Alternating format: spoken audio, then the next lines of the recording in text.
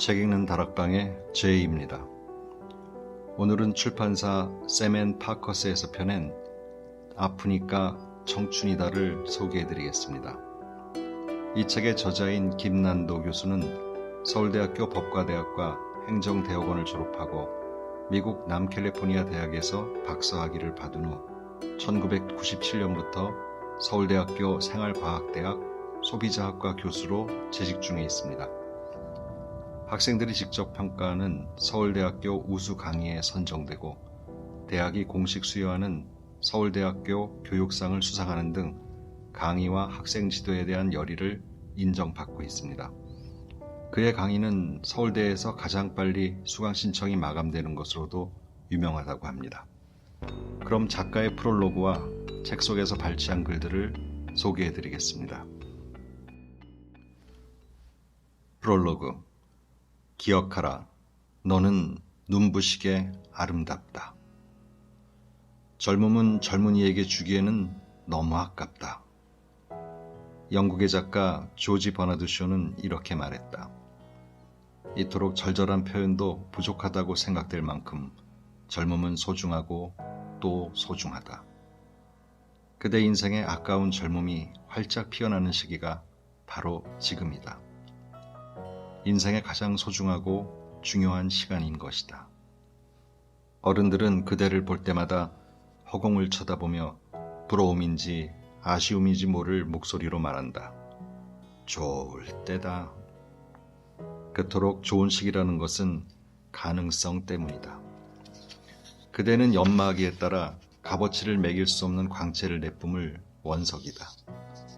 그대가 만약 대학에 있다면 더욱 큰 축복이다. 대학은 원석을 갈고 닦아 가장 찬란한 광채를 내뿜을 수 있도록 하는 최선의 자기를 발견하는 곳이므로 대학에서는 육중한 교문의 푸른 녹수름, 우람한 교정 느티나무의 푸르름조차 가르침을 준다.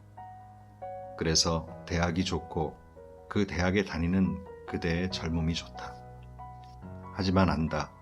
더할 나위 없이 힘든 시기이기도 하다는 것을. 어른들은 네가 무슨 걱정이 있겠냐 라거나 나 때는 더 힘들었다 고들 하지만 젊은 그대들이 짊어진 고민의 무게는 생각보다 훨씬 무겁다. 특히 20대 초반. 대학 시절은 사회적으로는 어른 취급을 받지만 내면은 아직 어른이 될 준비를 마치지 못한 아슬아슬한 경계의 시기이자 입시 준비로 유예됐던 사춘기의 성장기적 문제가 한 번에 터져나오는 폭발의 시기다. 그뿐인가? 열정이 존재를 휘두르고 기대가 존재를 규정하는 불일치의 시기이기도 하다. 그런 의미에서 이때야말로 인생에서 가장 화려하면서도 가장 어두운 시기다. 많은 청춘들이 힘겨워한다. 그래서 이 시기를 조금이라도 빨리 벗어나고자 마음이 조급해진다. 무언가 이뤄야 한다는 강박에 휩쓸린 탓에 잠시 숨을 고르기 위해 멈춰 서는 것조차 불안해하며 정작 자신의 무한한 가능성은 깨닫지 못한다. 가장 어두운 시기이지만 화려한 시기이기도 함을 망각하는 것이다. 그러다 계절이 바뀌듯 반드시 찾아오게 마련인 질풍노도의 시기에는 헤어날 수 없는 자기 연민에 빠진다. 결국 형편없는 생활 속에서 나태를 낭만이자 로망으로 미화하며 금쪽 같은 청춘의 기회를 허망하게 소비해버린다. 나름 무척 똑똑하게 행동하는 것 같지만 인생 전반을 놓고 바라볼 때는 너무나도 바보 같은 결정을 아무렇지도 않게 한다. 나는 대학에서 흔들리는 청춘들과 부대끼면서 이 어려운 시기를 버텨야 하는 아픈 그들을 따뜻한 위로의 말로 보듬어주고 싶었다. 때로는 차가운 지성의 언어로 미처 그들이 하지 못한 생각을 일깨워주고 싶었다. 화려한 시기를 마음껏 즐겨야 하는 청춘들을 뜨거운 격려의 말로 응원해주고 싶기도 했다. 이 소망을 담아 글을 쓴다. 더 가열차게 이런저런 스펙을 쌓아야 한다는 처세글이나 대책 없는 감상으로 걱정하지 마. 다 잘 될 거야 하는 근거 없는 낙관으로 가득한 글이 아니라 그대들의 영혼을 울리는 마음의 글, 그대들의 머릿속에 내리치는 따끔한 죽비 같은 글을 전해주고 싶다. 취업의 포로가 되어 하루하루를 조급하게 달려가는 그대에게 진정한 미래의 그림을 그려주고 싶다. 대학에 몸담은 선생으로서 공부든 취업이든 생활이든 연애든 그대들의 현실적인 고민을 세밀하게 짚으면서 때로는 따뜻하게 위로하고 때론 엄하게 꾸짖어주고 싶다. 어찌 보면 이 책의 내용들은 모두 큰 지식을 얻고 큰 책임을 느끼고 큰 꿈을 꾸라는 뻔한 이야기의 반복이다. 하지만 나는 뻔한 내용이더라도 책상머리에 앉아 손끝으로 쓰지 않으려 노력했다. 많은 청춘들을 직접 만났고 미니 홈피와 트위터, 블로그를 통해 소통했으며 1000명에 이르는 전국의 대학생을 대상으로 설문조사를 하여 좀 더 객관적으로 그대들의 문제를 보려 했다. 잘된 얘기는 잘난 척하는 것 같고 안 된 얘기는 창피해서 못 견디겠더라도 내가 청춘이었던 시절을 떠올리며 그 경험에서 우러나온 이야기를 하려 했었다. 권위를 앞세우는 대학 교수가 아니라 진짜 선생이 되고 싶은 교육자로서 조금이라도 더 살아본 인생 선배로서 사랑하는 두 아이의 아버지로서 꼭 한 번은 들려주고 싶었던 이야기를 하려 했다. 이것이 내가 어렵게 이 글을 쓰게 된 이유다. 매일 젊은 청춘들을 만나는 직업이 아니었더라면, 그래서 그들의 고민과 오류를 함께 느끼지 못했더라면 펜을 들 마음을 먹지 못했을 것이다. 그러므로 이 글은 20대를 향하고 있지만 때로는 그 중에서도 대학생에 특화된 부분도 있음을 양해해 주기 바란다. 그런 대목을 만나거든 만약 그대가 대학생이 아니더라도 자신의 위치에서 나의 당부를 되새기는 적극적인 독서를 해주기 바란다. 모쪼록 나는 그대들이 더 어리석었으면 좋겠다. 너무 영리하게 코앞에 있는 단 1%의 이익을 쫓는 트레이더가 아니라 자신의 열정에 가능성을 묻어놓고 우직하게 기다릴 줄 아는 투자가였으면 좋겠다. 눈앞에 보이는 결승점을 향해 전력 질주한 후 지쳐 헐떡이며 퍼져버리는 100m 달리기 선수가 아니라 저 멀리 열망하는 목적지를 향해 뚜벅뚜벅 걸음을 옮기는 우둔한 답사자였으면 좋겠다. 그대, 그 이름만으로 가슴 뛰는 청춘이다. 어리석은 답사를 지금부터 시작하라. 이 책에 적힌 어느 한 줄이 그 답사의 이정표가 되기를 희망한다. 2010년 겨울 김난도.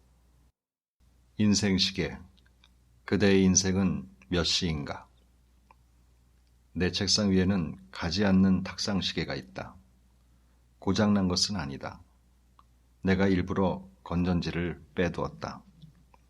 그렇다고 이 시계가 늘 서 있기만 한 것은 아니다. 매년 내 생일이 되면 18분씩 앞으로 시계 바늘을 옮긴다. 방금 K군이 다녀갔다. 내일 모레면 나이가 계란 한 판인데 제대로 이뤄놓은 것 하나 없고 앞으로 어떻게 할지 딱 부러지게 구체적인 계획조차 세우지 못했단다. 답답해 미칠 것 같다며 오랜 시간 하소연을 하다가 돌아갔다. 30. 금방 온다. 다들 하는 부전공이나 복수전공에 필요한 학점을 채우려면 4년 만에 대학 졸업하기가 쉽지 않다. 더구나 요즘엔 어학연수, 인턴, 아르바이트 등 취업에 필요한 경험과 스펙을 만들어줘야 한다. 그러자니 한두 학기 휴학은 기본이다. 남학생들은 군대도 다녀와야 한다. 혹시 재수를 했거나 편입, 전과를 한 경력이 있다면 다시 1, 2년 추가다. 졸업 후에 고시나 유학 준비를 한다고 여기저기 학원 좀 다니다 정신 차려보면 금방 30이다. 비단 30을 코앞에 둔 친구들이 아니더라도 많은 청춘들이 시간의 속도 앞에서 전율한다. 대학 2학년들은 신입생 시절이 어떻게 지나갔는지 모르겠다고 하고 3학년만 되어도 졸업이 목전에 다가왔다고 엄살이 대단하다. 덜컥 졸업은 했는데 일할 곳이 없는 청춘이라면 흘러가는 하루하루가 고스란히 조급함과 낙담의 시간으로 남는다. 사회에 성공적으로 첫 발을 내딛었다고 불안이 사라질까? 그런 기대는 섣부르다. 빨리 자리 잡고 싶고 빨리 뭔가 이루고 싶고 지금 이 글을 읽는 그대도 적잖이 걱정하고 있을지 모른다. 이 나이가 되도록 제대로 해놓은 것 하나 없구나. 그대 인생을 얼마나 산 것 같은가? 이 질문이 너무 막연하게 느껴진다면 이렇게 물어보겠다. 사람이 태어나서 죽을 때까지를 24시간에 비유한다면 그대는 지금 몇 시쯤을 살고 있는 것 같은가? 태양이 한참 뜨거운 정오? 혹시 대학을 방금 졸업했다면 점심 먹고 한창 일을 시작할 오후 한두 시쯤 됐을지. 막연하게 상상만 할 것이 아니라 한번 계산기를 들고 셈해보자. 그대가 대학을 24세 졸업한다 치고 하루 중 몇 시에 해당하는지. 한국인의 평균 수명이 80세쯤 된다 치면 80세 중 24세는 24시간 중 몇 시? 아침 7시 12분. 아침 7시 12분. 생각보다 무척 이르지 않은가? 많은 사람들이 잠자리에서 일어나 하루를 준비하는 시각이다. 아침잠이 많은 사람이라면 아직 일어나지 않았을지도 모른다. 그렇다. 대학을 졸업하는 24시 고작 아침 7시 12분이다. 선생으로서 수많은 젊은이들의 성장기를 지켜본 나로서는 이 7시 12분의 비유가 의미하는 바가 무척이나 크다고 생각한다. 유년기와 청소년기를 거쳐 사회활동을 할 준비를 마치는 24살에는 출근 준비를 마치고 이제 집을 막 나서려는 시각과 비슷하다. 그렇다면 은퇴를 하고 노년을 준비하는 60세는 저녁 6시다. 직장인들이 일을 마치고 퇴근하여 집으로 돌아가거나 저녁 시간을 즐기려는 때다. 참 절묘하지 않은가? 그래서 나는 인생 80을 24시간에 비유하기를 좋아한다. 인생시계의 계산법은 쉽다. 24시간은 1440분에 해당하는데 이것을 80년으로 나누면 18분이다. 1년에 18분씩, 10년에 3시간씩 하는 것으로 계산하면 금방 자기 나이가 몇 시인지가 나온다. 20세는 오전 6시, 29세는 오전 8시 42분이다. 이 시계는 현재 한국인의 평균 수명인 80세를 기준으로 했으니 앞으로 평균 수명이 늘어나는 만큼 그대의 인생 시각은 더 여유로워질 확률이 높다. 언젠가 우리 학과의 홈커밍 행사에 오신 60세가 넘은 원로 졸업생께서 그런 말씀을 하셨다. 본인은 교사를 하셨는데 어느 장관이 갑자기 정년을 단축시켜버려서 아무 준비 없이 황망하게 정년이 닥쳤더라고. 처음엔 그 장관이 너무너무 미우셨단다. 하지만 지금은 그에게 정말 감사한다고. 은퇴하고 나니까 인생에서 가장 행복한 새로운 세상이 있더라며 그 세상을 2년 일찍 알게 해줘 고맙다고. 나는 어르신의 말씀에 깜짝 놀랐다. 그렇다. 붉은 노을이 내려앉는 6시 이후에도 엄청나게 새로운 세상이 기다리고 있는 것이다. 인생 시계를 보여주면 많은 사람들이 깜짝 놀란다. 생각보다 너무 이르다는 것이다. 쉰을 맞이한 선배에게 이제 겨우 오후 3시네요 하고 알려줬더니 연방 손가락을 꼽아보며 정말이네 한다.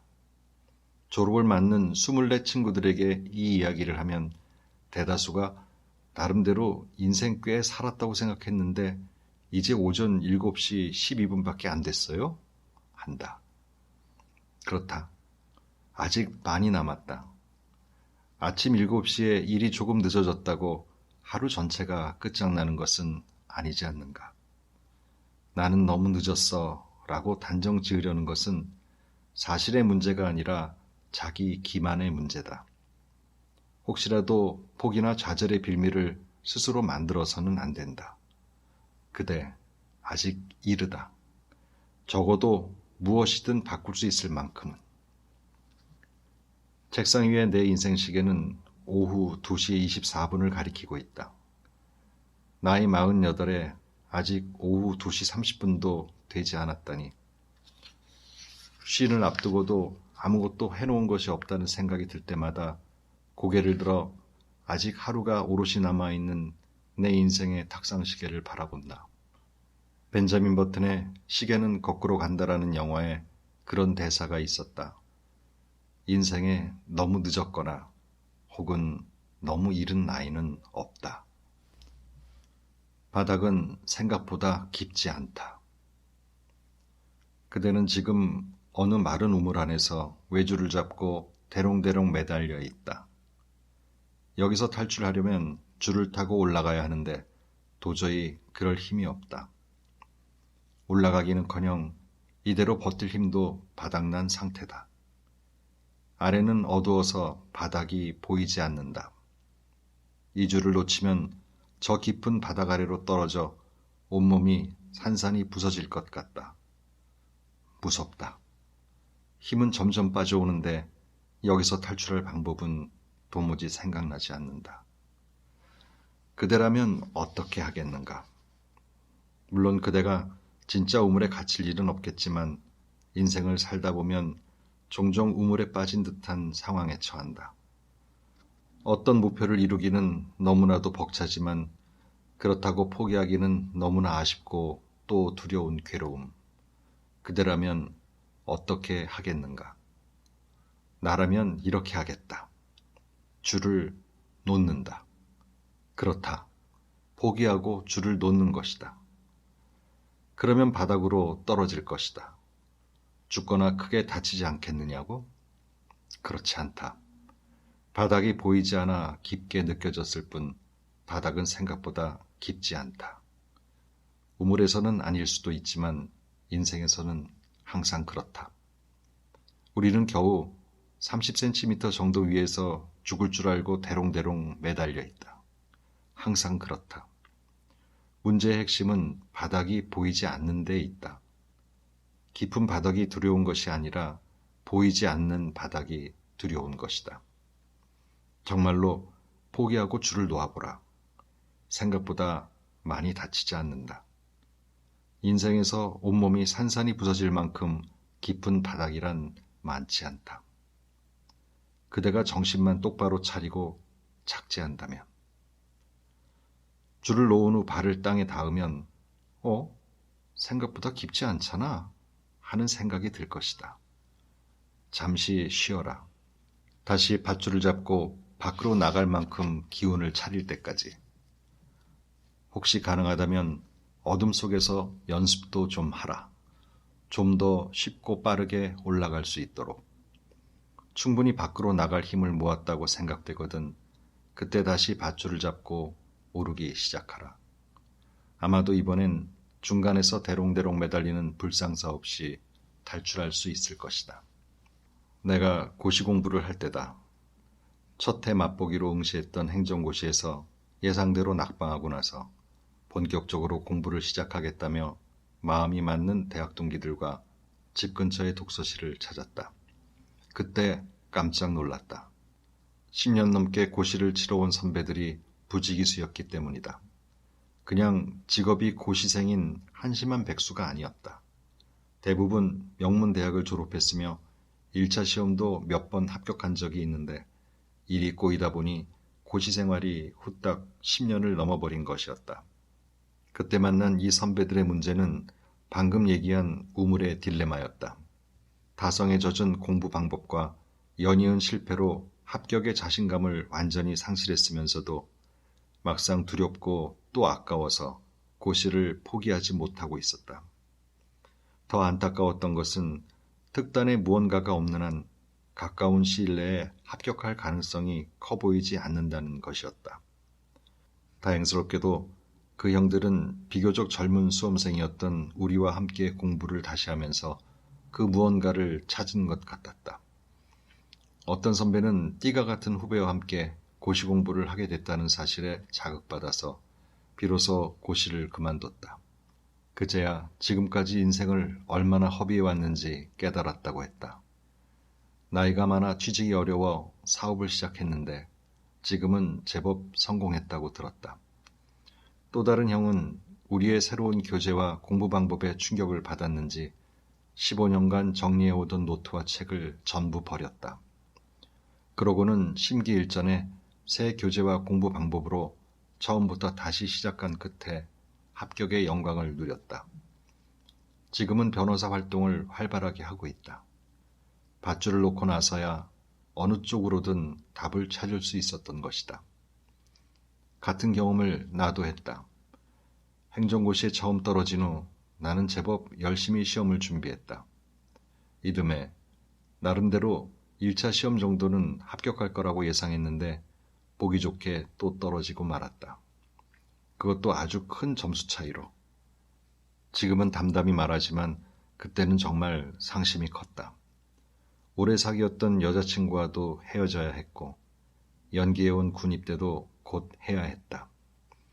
다음 해에는 합격할 수 있다는 자신감도 과감히 포기하겠다는 용기도 갖지 못하고 어정쩡하게 보낸 1986년은 내게 참으로 어둡고 또 길었다. 하지만 나는 포기하지 못했다. 대학원에 진학해 입대를 연기하고 다시 고시 준비에 전념했다. 그 다음 해 시험에서 또 낙방했다. 그러고 나서 나는 밧줄을 놓았다. 어떤 이는 겨우 3번 해보고 포기했느냐고 힐난할지도 모르겠다. 실제로 그때 내가 나 자신에게 그랬으니까. 겨우 이 정도 실패에 좌절할 만큼 나는 나약한가? 하는 자책이 정말 집요하게 나를 괴롭혔다. 포기하는 것이 지속하는 것보다 어렵다는 것을 그때 절감했다. 어쩌면 도전보다도 더 큰 용기를 가지고 겨우 밧줄을 놓았다. 함께 고시 공부하던 친구들을 동창회에서 만나면 나는 농담처럼 이야기한다. 그때 포기하지 않았더라면 아마 지금도 고시 공부하고 있을지도 모른다고. 정말이다. 나는 전형적인 운해형 인간이다. 꼼꼼한 암기가 필요한 고시에는 전혀 맞지 않는 사람이다. 노력이 부족한 게 아니었던 것이다. 그런데 그때는 그걸 잘 몰랐다. 교수가 되고 나서 다른 일들을 하면서야 비로소 내가 정말 고시 체질이 아니라는 것을 알게 됐다.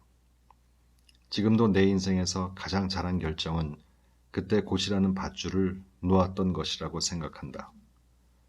고시를 때려치운 이후 두려워했던 것보다 바닥은 깊지 않았다. 온몸이 부스러질 것이라고 예상했는데 발목도 삐지 않았다. 몇 달 동안 삶의 여백을 가지면서 힘을 얻은 나는 무사히 석사장교를 마친 후 박사과정에 진학했고 유학도 떠날 수 있게 됐다. 이 글을 읽는 그대가 고시생이든 아니든 그건 중요하지 않다. 다만 하나의 깨달음을 얻을 수 있었으면 좋겠다. 포기가 항상 비겁한 것만은 아니라는 것을, 불굴의 의지가 항상 통하는 것은 아니라는 것을, 개인적인 경험을 일반화하려는 것은 아니다. 너무나도 유명한 인터넷 만화가 강풀씨는 처음에 만화 잡지의 문을 숱하게 두드렸다가 번번이 거절당했다고 한다. 그 당시는 만화 잡지가 아니면 만화를 발표할 매체가 없던 시절이었다. 연이은 실패 끝에 그는 인터넷 홈페이지를 통해 처음 만화를 발표했다고 한다. 그 이후 그가 얼마나 탁월한 성취를 보여줬는지는 그대가 더 잘 알 것이다. 그가 만화 잡지의 줄만을 끝까지 붙잡았더라면 결코 이룰 수 없었을 성공이다. 추락을 지나치게 두려워하지 마라. 바닥은 생각보다 깊지 않다. 더구나 그대는 젊지 않은가. 어떤 추락의 상처도 추스르고 다시 일어날 수 있다. 너무 무서워하지 마라. 추락하는 것에는 날개가 있다고 했다. 자신 있게 줄을 놓아라. 스스로에 대한 믿음에 날개를 펼치고. 사랑 따윈 필요 없어. 2.0 Love me like there is no tomorrow. 그룹 퀸의 리드싱어였던 프레디 머큐리가 불렀던 곡 중에 이런 제목의 노래가 있었다. 아마 젊은 그대들은 잘 모르는 곡이겠지만 나는 지금도 이 노래를 들으면 공연히 가슴이 두근거린다. 마치 내일이 없는 것처럼 그렇게 절실하게 우리는 사랑할 수 있을까? 이제 첫눈에 사랑에 빠졌다는 말을 잘 믿지 않게 됐다. 내가 본 많은 젊은 친구들은 재고 또 재고 나서 이 정도면 미치지 않겠다 싶은 상대를 고르는 것 같다. 서로 첫눈에 반했다는 커플을 만나보아도 스펙이 비슷하다. 일단 일정한 최저 기준을 모두 충족하는 상대 중에서 첫눈에 드는 상대를 비로소 찾았다는 말로 들린다. 내가 너무 비관적인가?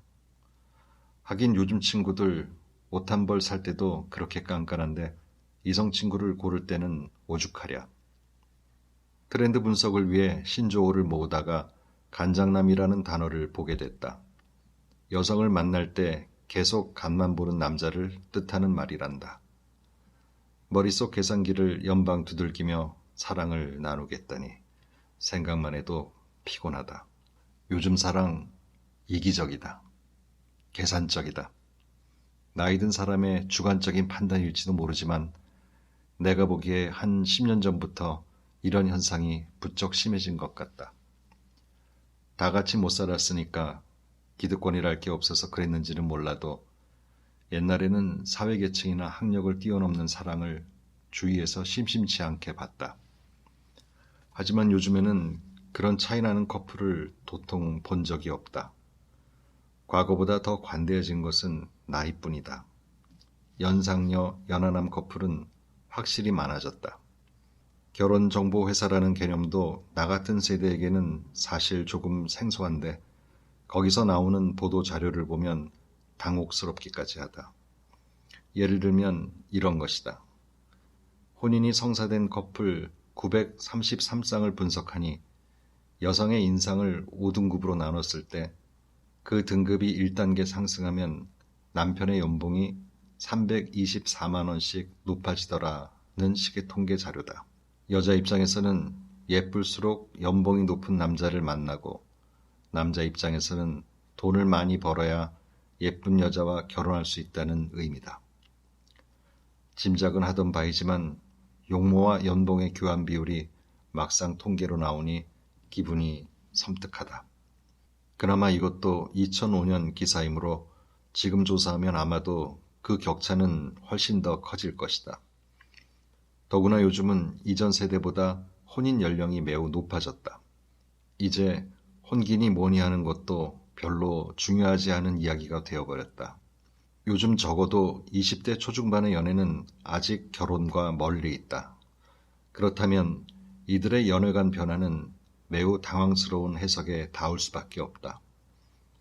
굳이 결혼을 염두에 둔 것도 아닌데 요즘 젊은이들은 매우 비슷한 조건의 파트너만 선택한다는 것이다. 물론 여러 가지 측면에서 공통점이 많은 만남에는 장점이 있다. 경제적, 문화적 차이도 줄일 수 있고 취향도 비슷하니 좋을 테다. 부모님 보기에도 더 떳떳할 것이다. 그러나 아무리 그렇다고 하더라도 요즘 사랑이 쇼핑이나 거래처럼 변하는 것만 같아 뒷맛이 씁쓸하다.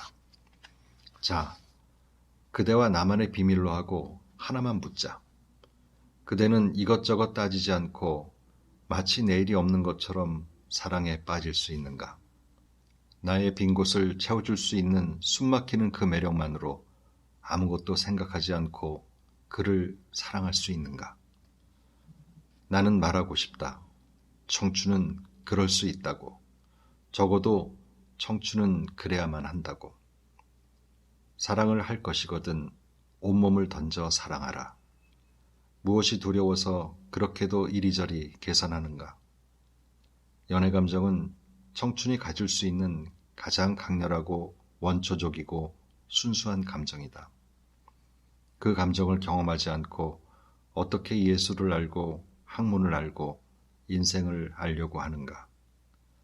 젊은 그대가 해야 하는 수많은 경험 중에서 역시 으뜸은 사랑이다. 다른 어느 글에선가 내일이 이끄는 삶을 살라고 말할 테지만 사랑에서만큼은 예외다. 온몸을 던져 사랑하라. 마치 내일이 없는 것처럼 사랑하라.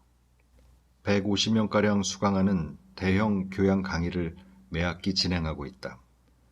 출석을 부르는 시간이 너무 길어서 요즘은 지정 좌석제를 시행한다. 그러다 보니 연속해서 결석하는 학생은 금방 눈에 띈다. 항상 같은 자리가 비니까.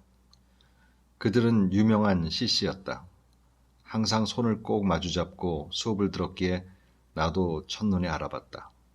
강의에 지장을 줄 정도는 아니었지만 수업 중에도 꽤 닭살스러운 짓을 종종 했기 때문에 그 많은 수강생들 중에서도 그들은 내 눈에 띄었다. 그러던 어느 날부터 한 자리가 지속적으로 비기 시작했다. 그 유난했던 CC의 남학생 자리다.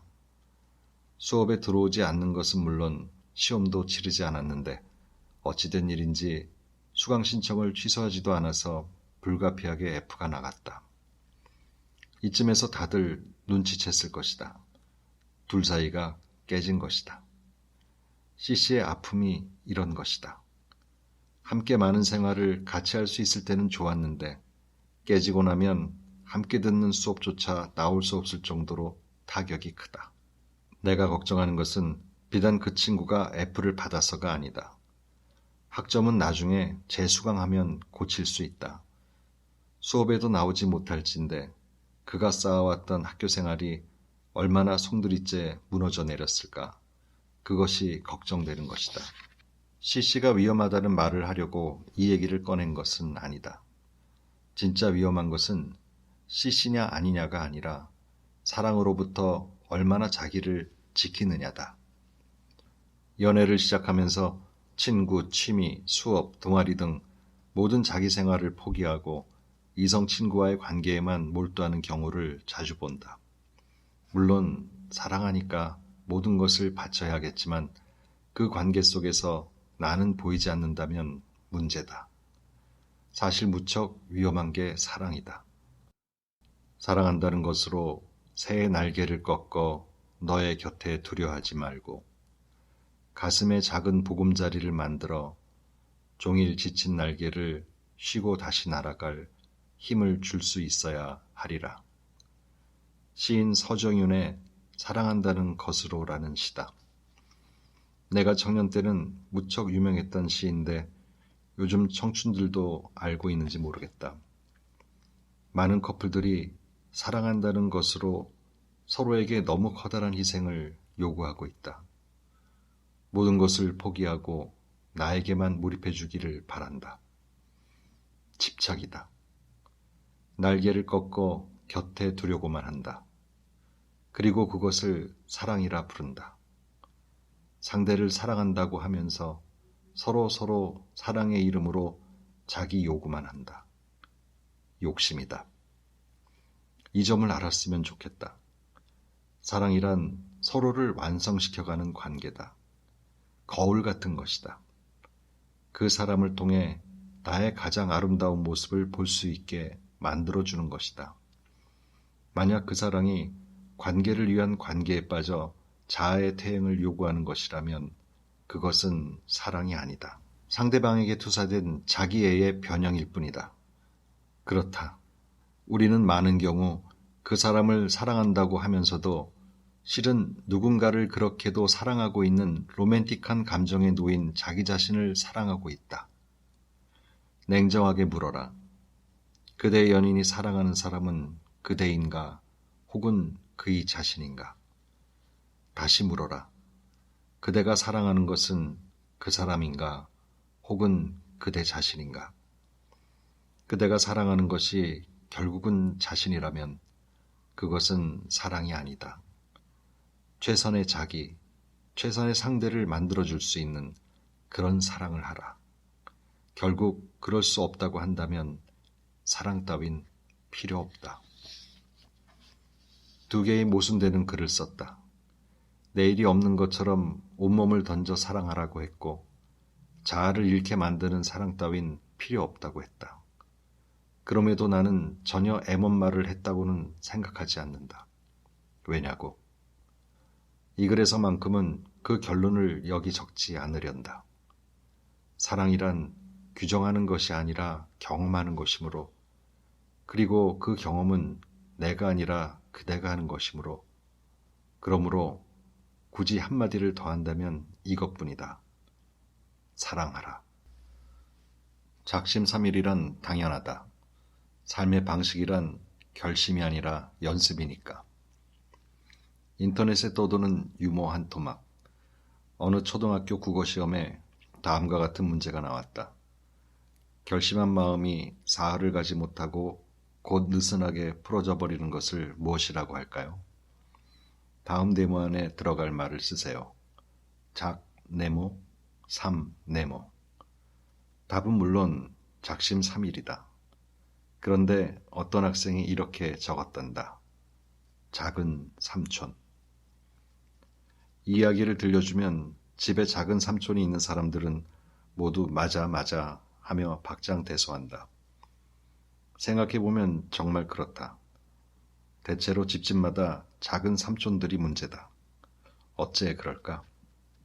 왜 작은 삼촌들은 매번 작심삼일만 하고 마는 걸까? 하지만 나는 단언할 수 있다. 작심삼일은 작은 삼촌들만의 문제가 아니라고. 남녀노소, 동서고금을 막론하고 모든 사람들이 마음에 품었던 단단한 결의는 사흘을 가지 못한다. 심지어 가장 훌륭한 위인들도 작심삼일한다. 그대 역시 이런저런 결심을 했다가 며칠 못 가서 흐지부지해진 경험이 있을 것이다. 아침마다 운동을 하겠다든지, 하루에 몇 시간은 꼭 영어 공부를 하겠다든지, 담배나 술을 끊겠다든지. 하지만 그 결심이 며칠이나 갔던가? 그대가 가장 최근에 했던 결의가 무엇인지 떠올려보라. 이번에 처음 한 것인가? 아마도 아닐 것이다. 우리가 하는 대부분의 결심은 과거 언젠가 했던 것의 반복이다. 그것도 여러 번의 작심삼일을 거친. 이처럼 결의를 실천한다는 것이 힘든 이유는 그 결심이 대부분 우리의 습관을 바꾸려는 것이기 때문이다. 습관은 바꾸기 어렵다. 일본의 이시우라 쇼이치라는 교수에 의하면 습관을 바꾸는 일은 뇌 구조가 변해야 가능하고, 그러기 위해서는 최소한 한 달의 반복이 필요하다고 한다. 작심 3일이 아니라 작심 30일은 돼야 습관을 고칠 수 있는 것이다. 하지만 나는 30일로도 턱없이 부족하다고 생각한다.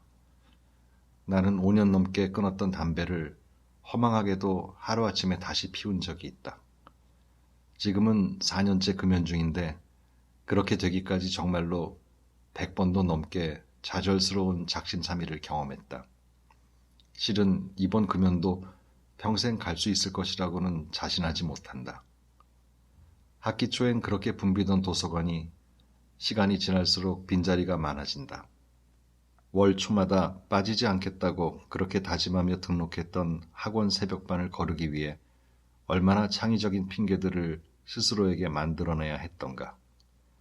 내년부터는 달라질 거야 라는 작심삼일을 10번 하고 나면 그대의 20대가 저문다. 심지어 군대에서 2년 넘게 일찍 자고 일찍 일어나는 버릇을 들였던 친구들도 제대하자마자 바로 다시 올빼미 모드로 돌아가는 일을 무척 자주 본다.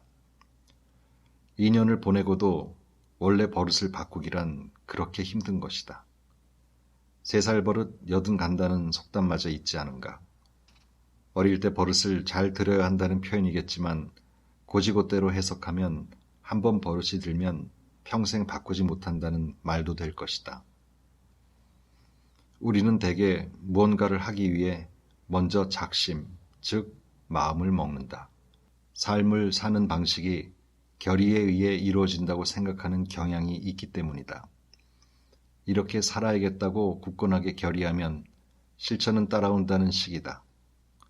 그리고 그 실천에 실패하면 자신의 의지가 나약하다고 자책한다. 하지만 삶의 방식은 결의가 아니다. 연습이다. 마치 수영을 배우는 것과 비슷하다. 수영 잘하는 법에 대한 책을 달달 외고 내일부터 수영을 잘할 테다 하고 결의하면 박태환 선수처럼 될 수 있을까? 물론 천만의 말씀이다. 수영을 잘 하려면 연습해야 한다. 매일매일 연습하면서 조금씩 자기 자신을 바꿔나가야 한다. 중간에 일이 생겨서 하루 이틀 거르더라도 새롭게 마음을 다잡고 다시 시작해 가면서. 아직 3일 연습해서 수영 잘하는 사람은 본 적이 없다. 그러므로 작심삼일했다고 너무 자책하지는 말 일이다. 중요한 것은 처음에 결심을 며칠 실천하지 못했더라도 실망하지 않고 다시 계속 해나가는 태도다. 공부, 금연, 절주, 다이어트 등 유혹을 이겨내야 하는 습관들은 결의로 해결할 문제가 아니라 지속적으로 관리해 나가야 할 문제다. 내가 석사장교로 입대해 영천의 육군 제3사관학교에서 훈련받을 때의 일이 생각난다. 당시 4개월간 받아야 했던 장교 훈련의 하이라이트는 마지막 200km 행군이었다. 입소 첫날 훈련 계획에 대한 오리엔테이션을 받을 때 모두가 경악했다. 200km라니. 그것도 30kg에 이르는 완전 군장을 짊어지고 4박 5일 동안 낮에는 강의를 듣고 밤에는 걸어야 한다는 것이다. 석사학위 소지자만 모아놓은 과정이기 때문에 모두가 26세 이상이었고 대부분 고등학교 졸업 이후 공 한 번 찬 적 없는 약골들이었다. 그런데 200km 행군이라니. 과연 낙오하지 않고 행군을 해낼 수 있을지 입소기간 내내 모두들 걱정이 대단했다. 결론부터 말하면 전원이 행군을 무사히 마쳤다. 그 비결은 정신력이나 군인정신 같은 게 아니었다. 4개월의 훈련 기간 동안 꾸준히 조금씩 거리를 늘려가며 행군을 계속해 나갔기 때문이었다. 처음에는 영내의 연병장에서 훈련을 했지만 입소 한 달 이후 실시됐던 사격훈련의 교장은 약 5km, 그 다음 달에 대대전투 훈련은 10km 정도 떨어진 곳에서 하는 식이었다. 3개월쯤 지나자 하룻밤을 꼬박 걸어야 도착할 수 있었던 유격훈련장에도 무리 없이 다녀올 정도가 되었다. 이렇게 차츰 걷는 거리를 늘려간 끝에 결국 그 국민 약골 집단이 200km의 행군을 무사히 마친 것이다. 갑자기 군대 얘기를 꺼내서 미안하지만 전달하려는 메시지는 분명하다. 처음부터 이를 악물고 정신력으로만 200km를 걸으라고 했다면 성공하지 못했거나 큰 탈이 났을 것이다. 실천의 기간을 적절하게 잡고 꾸준히 연습해 나갔기에 불가능할 것 같던 미션도 수행할 수 있게 됐다. 연습은 참으로 많은 것을 가능하게 한다. 우리 생활에서도 마찬가지다. 너무 많은 것을 한꺼번에 결심하고 실천하려고 하면 안 된다. 작심하는 사항이 많을수록 실패할 확률은 더 커진다. 특히 새해 첫날 같은 때 일출을 보며 올 한 해에 실천할 사항을 10가지도 넘게 결심하는 친구들이 있는데 이런 경우 하나도 성공 못할 가능성이 더 크다. 가장 중요한 한 가지만 정해놓고 꾸준히 자신을 점검해가며 실천하는 편이 좋다.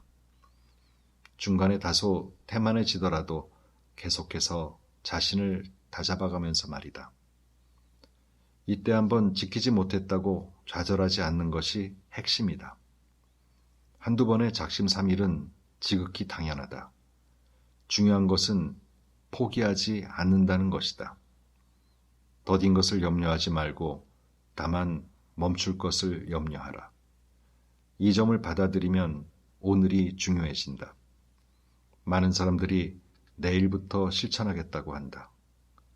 오늘까지만 먹고 내일부터 처절한 다이어트에 돌입하겠어 하는 식이다. 이 경우 내일부터의 결의는 마음의 위안일 뿐이다. 수많은 작심삼일이 존재하는 진짜 이유는 그 결의가 실은 오늘의 나태를 합리화하는 방편이었기 때문이다. 연습은 많은 오늘들이 모여서 만들어진다. 내일은 없다. 그러므로 내일부터가 아니라 오늘 조금씩이라도 한번 해보는 것이 중요하다. 이 땅의 수많은 작은 삼촌들이여, 결심이 아니라 연습을 시작하라. 오늘부터, 지금부터. 찌질이 알파들. 우리 학교에서는 1년에 한 번씩 학부모 초청 행사라는 걸 한다. 학부모들을 모시고 학교 소개도 하고 문화 행사도 하고 교수와 학부모의 대화 시간도 갖는 행사다. 나는 학부장이라 이 행사에 꼭 참석하는데 교실에서만 만나던 학생들과 그들의 부모님을 직접 뵙는 것은 매우 색다르고 즐거운 경험이다. 그들의 자녀를 교육하는 교수이면서도 나 역시 중고등학생을 자녀로 둔 학부모이기 때문에 좋은 학생의 부모를 만나면 솔직히 부럽기도 하다.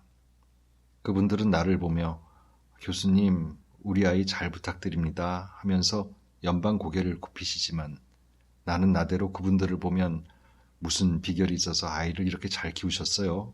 하는 말이 절로 나온다.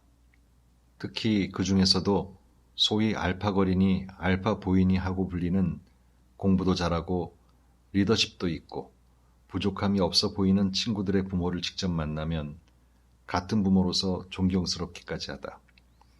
그런데 재미있게도 이런 알파 학생들의 부모들이 한결같이 하는 말씀이 있다. 우리 애가 몸만 컸지 하는 짓은 아직도 애예요. 교수님께서 잘 가르쳐 주시기 바랍니다.